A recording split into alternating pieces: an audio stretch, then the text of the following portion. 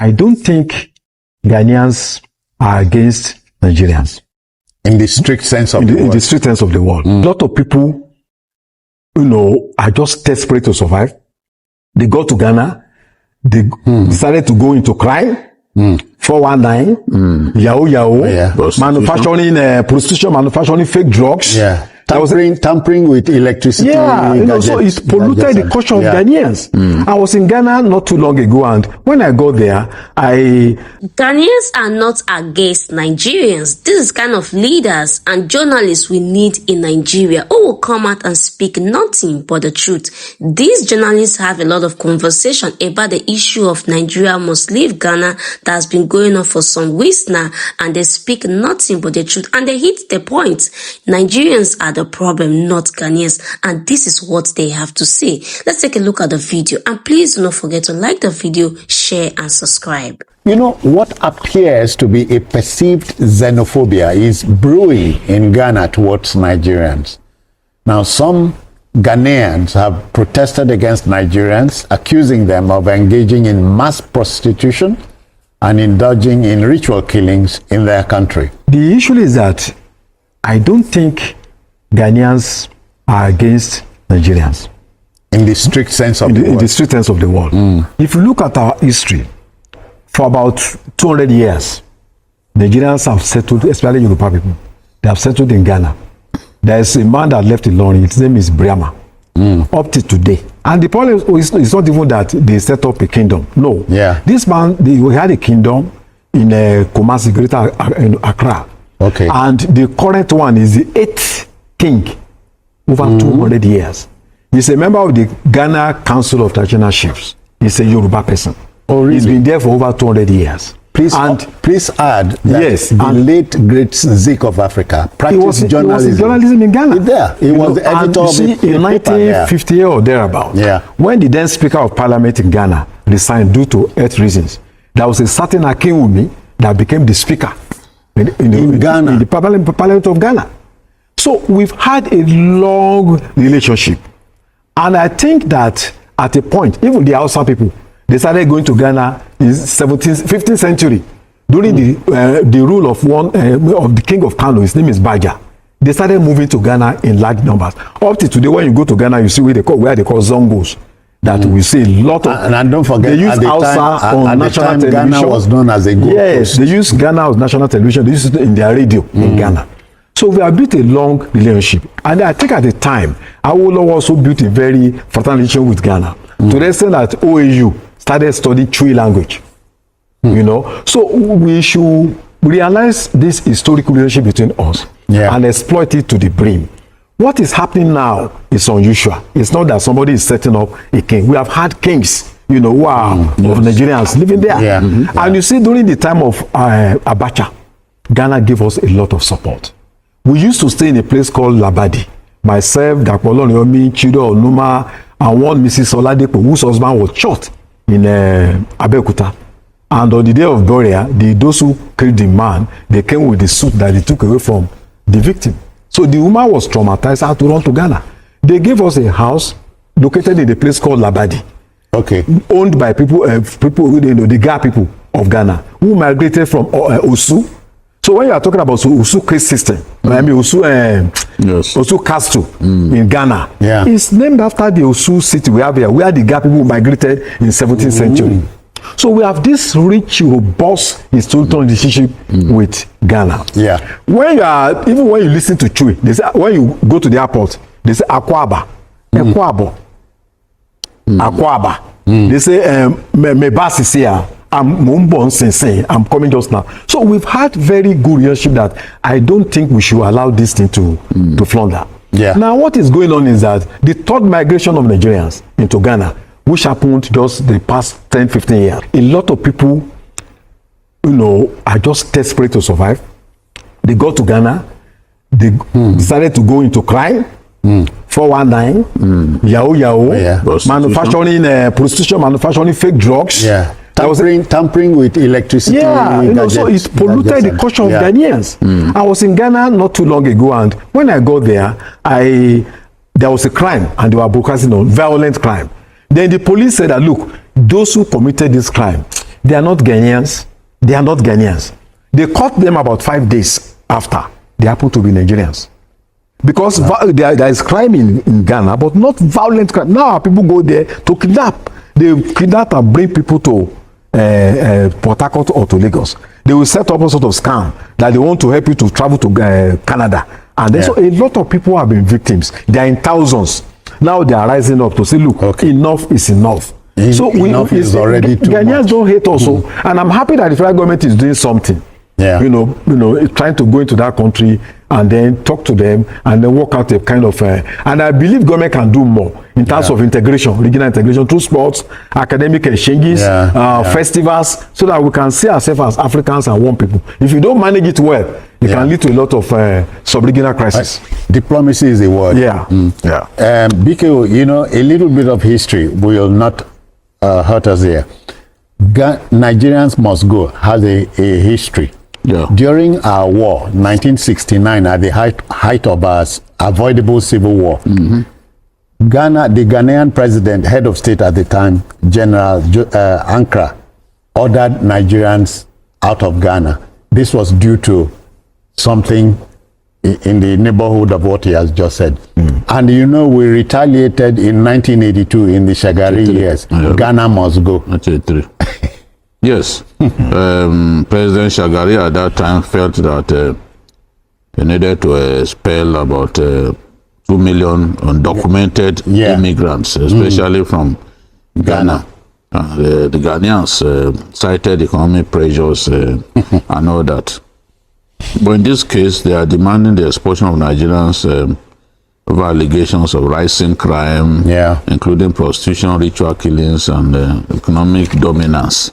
Economic dominance can be a crime, but they are claiming that many Nigerians were responsible for missing children and rising violence in Ghanaian communities. And they even cited an Igbo king in Ghana, saying they have hijacked their land. Nigerians, on their part, believe that the Ghanaians are been persistently discriminating against them, victimizing them, especially Ghanaian landlords. And they also talked about selective enforcement of business regulations that disproportionately affect Nigerian-owned enterprises or entrepreneurs. When Nigerians get to a place, they are so aggressive in the area of business that within a short time, they begin to do very well. I remember when IGI got to Ghana, within a short time, IGI became so successful that the then IGI CEO, Olowode, even demanded for a fresh license to set up another insurance company. We are very enterprising. We are very aggressive and goal-oriented when it comes to business. But we also have to be careful. We must be good ambassadors of our country wherever we find ourselves. Going to another country to peddle drugs, that is illicit drugs, is not what any country will accept. And some Nigerians have actually been sentenced to death and executed for exporting illicit drugs to other countries. We have demanded that drug trafficking, the punishment for drug trafficking in our country is like a slap in the wrist. That let us do our best to come up with proportionate punishment for drug trafficking. America arrested a serving president of a country because Noriega. Manuel Noriega, because that was in 1989, December 1989, because they felt that his activities and his support for illicit drugs was destroying the lives of their children. So there's no way that our people will go to Ghana and be involved in the things that they are talking about, like drug trafficking, like ritual killing, you know, and all that, and even crime. That you should expect that the people, their blood will boil. You should expect that they will not take kindly to it. But what gives me joy is that the president, the federal government is not quiet. A special envoy has been sent to Ghana to meet with the president so that diplomatically they can look at this issue and try to solve it. That's Bianca Ojukwu, the Minister of State for Foreign Affairs. She went to Ghana, and the president of Ghana has already said Nigeria is not a country that they can abandon. We pointed because we go back a long time. We are rich, potentially rich. No, it's not even. We have a good relations. It's not. It's not all about money. Even in terms of our history, there is a lot of alignment, if I can use that word, in terms of even the history of Nigeria and Ghana. When you talk about coup in Nigeria, almost at the same time, you see something like that happening in Ghana. No, our first coup was in January. Ghana's first coup was in February 1966. Jerry Rawlings surrender power in 1979. Obasanjo also surrendered power shortly after Jerry Rawlings in 1979, not before him.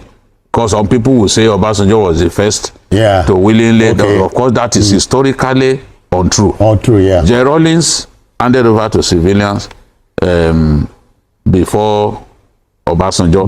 And then the same within a short time, military chased away civilians in our country. About that same time was when the Ghanaians also chased away the military in their country. So we are too interconnected as two countries from the West Coast. I was going to be fighting one another. You know, musically speaking. High Life. High Life came from Ghana. The Ghanaian group Uhuru Dance Band at a time was led by a Nigerian Wale, Sammy Obot, and Joe Mensah, the great Nigerian Ghanaian musician. High Life musician. And did a collaboration with the late Victor Olaiya. So there's that's what I'm saying, that we go back a long time and we are too interconnected as two countries from the West Coast for this sort of thing to be happening.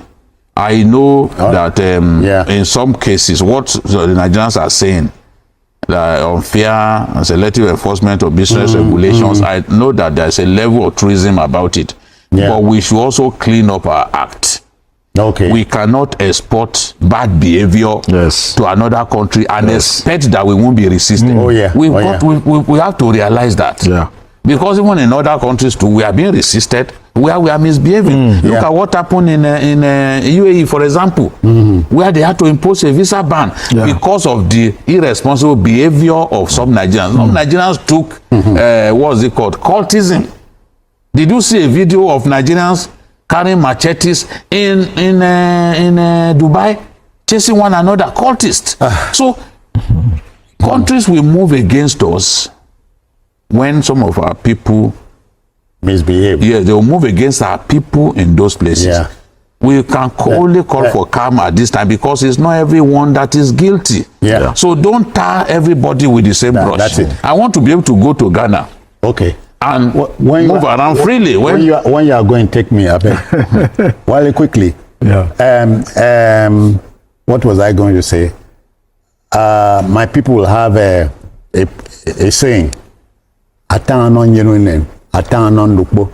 you are warning the mother hen to keep the chicks safely, you must also talk to the hawk. We have a similar. The hawk must survive now. And they can only survive by it. So, won't take your advice. Well, you know, they say when you are in Rome, behave like Romans. Dear Igbo people, there's a behavior that is common among us that is not healthy. There's a behavior that is common among us that is not good. People like being on social media or like every day taking pride in the fact that you all can make money, or you all can just like start from nothing and become something, which is good. Is one threat that we have. But I need us to see how this thing is shaping us into behaviors that are unhealthy. I need us to see how this thing is affecting us as a people, right? Now, our people are just money-oriented, money-centered. There is nothing else. They don't have other qualities that is necessary to sustain human relationship. The only thing they think about is money. The only thing that makes sense to them is money. The only thing our people focus their energy, have built existence around is money. And because of these things, when they get this money, it enters their head. When they get this money, their behavior is rotten. Okay? Igbo people, as a people, like we don't think collectively. Everybody is just out there trying to get money for themselves. Individually, we could be growing. I'm aware. Yes, it's true. But like collectively, do we ask ourselves if we're even growing as a people? Are we getting better? Look at our land self. As a people, okay? I behave well. Enough na mdozo why why okay, I'm going to say that people tell us these things, these truths. I one wutai mga odika kama na msoro nkuru ihe m na-ekwu n'Igbo. I think na mmekwu ihe m na-ekwu more in Igbo. Like enwere agwa ndai na display na adịrọ mma. Enwere agwa ndai na akpa na adịrọ mma. Okay?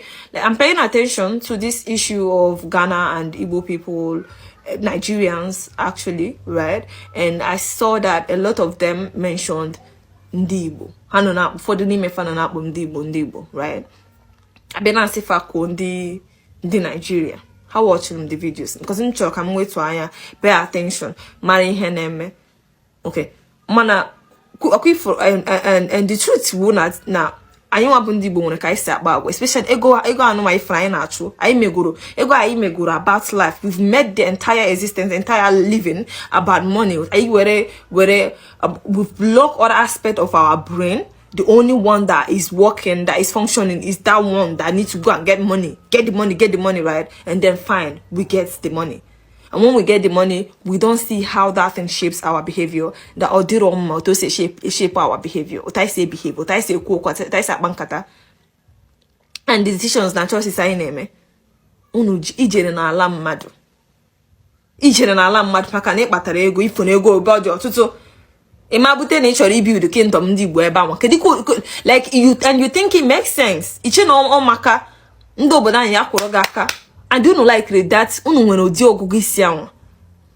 Eh? And which is why you proclaim that I na akpata ego fine, which is good. But like ayadeche ko ka ego I na akpata ona bara yuru like as a people. Ko say bara yuru as a people. We don't think our nation my na eme ego anwa. Ihe ma wo billions nwere state eba, nwere state eba. Ihe anyị nọwo na anyị nwere nke nwe nke nwe obodo ndị ọzọ n'obodo ndị ọzọ. Ahịa eche ụlọ. Ahịa eche maka buy, you know. Onwe na eche maka buy. Iji ụfọdụ na ha sị gị dat na ime ya na buy yo ye mụtara fa ego. Ofu okwu ahụ na-ekwu dat na our love for money all the too much. Our the attention anyị na-ewere brain anyị na ihe niile na-etinye n'ego all the too much. Anyị eche na onye ebe obiri ebe anwa. Okay, and that's why we keep having issues with other people, and other people keep having issues with us. Let's leave the fact that okay, they are jealous. Let me tell you, it's not entirely because they are jealous of our ability to make money or whatever. Okay, I'm not dealing with ability to make money on they could every time step. Akwa ego nko na cross someone nko no bute. Ego nko na make some kind things. Na did okay. Kamwa do na ezoku. Nko no bute. Mobo na chok I be honest with ourselves now. Ego nkunu ga-ero your people. Ego ga-eme dese ego ebe anu a. Edesekwa onu na ego na power. Onka so nsanya ihe onu ma. Enwe ihe gbasara onu gbasara that na ibunite obodo onu. Enwe ihe gbasara onu ibunite your people. Like collectively, generally, we are not saying individually. Individually, we all could be doing good, but collectively as a people, we are not doing good. Akwa ego nkunu unu ga-eme edese ego na desa power na. Piam unere ndị bo onu. Unere onye obuna. Which is what we can see in our leaders. Check Southeast. The leaders, check all of them. See what they are doing. They can sell their people for political power. They can sell their people for money. Are they enriching themselves? Are they in power? That's the only thing, the major thing that Igbo people care about. And let me tell you, that thing is not a good thing. It's not a good trait. As much as you all like taking pride in it all the time, at all times. Yeah, so as much as don't like really take a pride in, oh, how we make money. Okay, ochicho. Okay, ochicho na ya inso. That's the word. Okay, ochicho na ya inso. Okay, ochicho. And that's why individually we could see that most of us are akwifuru, outside validation. Outside validation. If people are not validating Igbo people, obuna people are here to unu dike na aja unu mma. Unu adịrị ndụ, unu ga na hang. And unu eche no a good thing. People think it's a good thing. How do you go to another person's land? You claim one nature here. So now ha na-ekwu okwu that's na known ha chọrọ ya ina asị na maka ife ha dị jealous. Ka ife na-akọ. Ọ dị nnọọ ka ala Igbo na abịa sị na ọ chọrọ ibi mmadụ abịa sị na ọ chọrọ ibi ịrụ kingdom of ndị Hausa or kingdom of ndị Yoruba. Does it even make sense? Also ndị Igbo na-enwere sense unu je n'obodo ndị ọzọ na-develop ya che na obodo unu alawotu ka m gwa unu onye ọbụla chọrọ egwu n'eziokwu ọ dị ka unu achọrọ egwu ọnwụ n'eziokwu ifuru ihe alawotu ahụ bụ rubbish. Is an illusion. Alawotu is an illusion that was created to lure you into being stupid without even knowing. Keep developing another man's land. And I'm going that no boss oh yes set unu ga-ama that na enwere ala wotu and na ndị nwe ala nwale ọsọ unu jide ego unu ji jide power unu ji unu na-eji eto ọnụ ụbọchị osu ndị nwe ala ga-ebinite chụpụ ọnụ na anafa and all of those things that unu chere unu build through there. Unu believe God that na ala wotu ka m gwa eziokwu mmadụ agha abịa n'ala Igbo ka m gwa eziokwu as an indigenous Igbo daughter that appreciate and love her roots. And as a daughter that is that way, enweka onye obodo ọzọ ayasị ka abịa build kingdom of obodo ndị ọzọ another people na lie or dị obi mma. Oge enye m joy. Why? Kedu ife na achịkọwa? Mana unu aha afia unu bụ gburugburu ha na-ego like this to cloud your sense of judgment. Onye kuzi emotions unu are everywhere. Una so jealousy. Una ye echiche, you stupid people. Una ye na echiche, una ye na use brain unu ka mmadụ. Ne cheka ndị nwụrụ ana nefa. Like honestly, una ha think well. And you people think it's funny, you people think it's cool. No, na social media, una type, una hate. That is why, the reason is that you people are forsaking your land. You people are forsaking your roots. You people don't value where you are coming from. You people don't, the only time that you people value where you are coming from, when they are talking about who they make money pass, who get money pass, that is the only time you realize, you remember that you are coming from a place. That is why you go to another man's place. You want to build your kingdom there. You want to build. And it's going to be a call to the Ghanaian authorities to investigate this man. He cannot be trusted. I believe there is a whole lot of underhand dealings going on. He has a lot hidden in his closets. And I'm calling on the Ghanaian authorities to investigate this man thoroughly. I believe he's into what is deeper than we're talking about.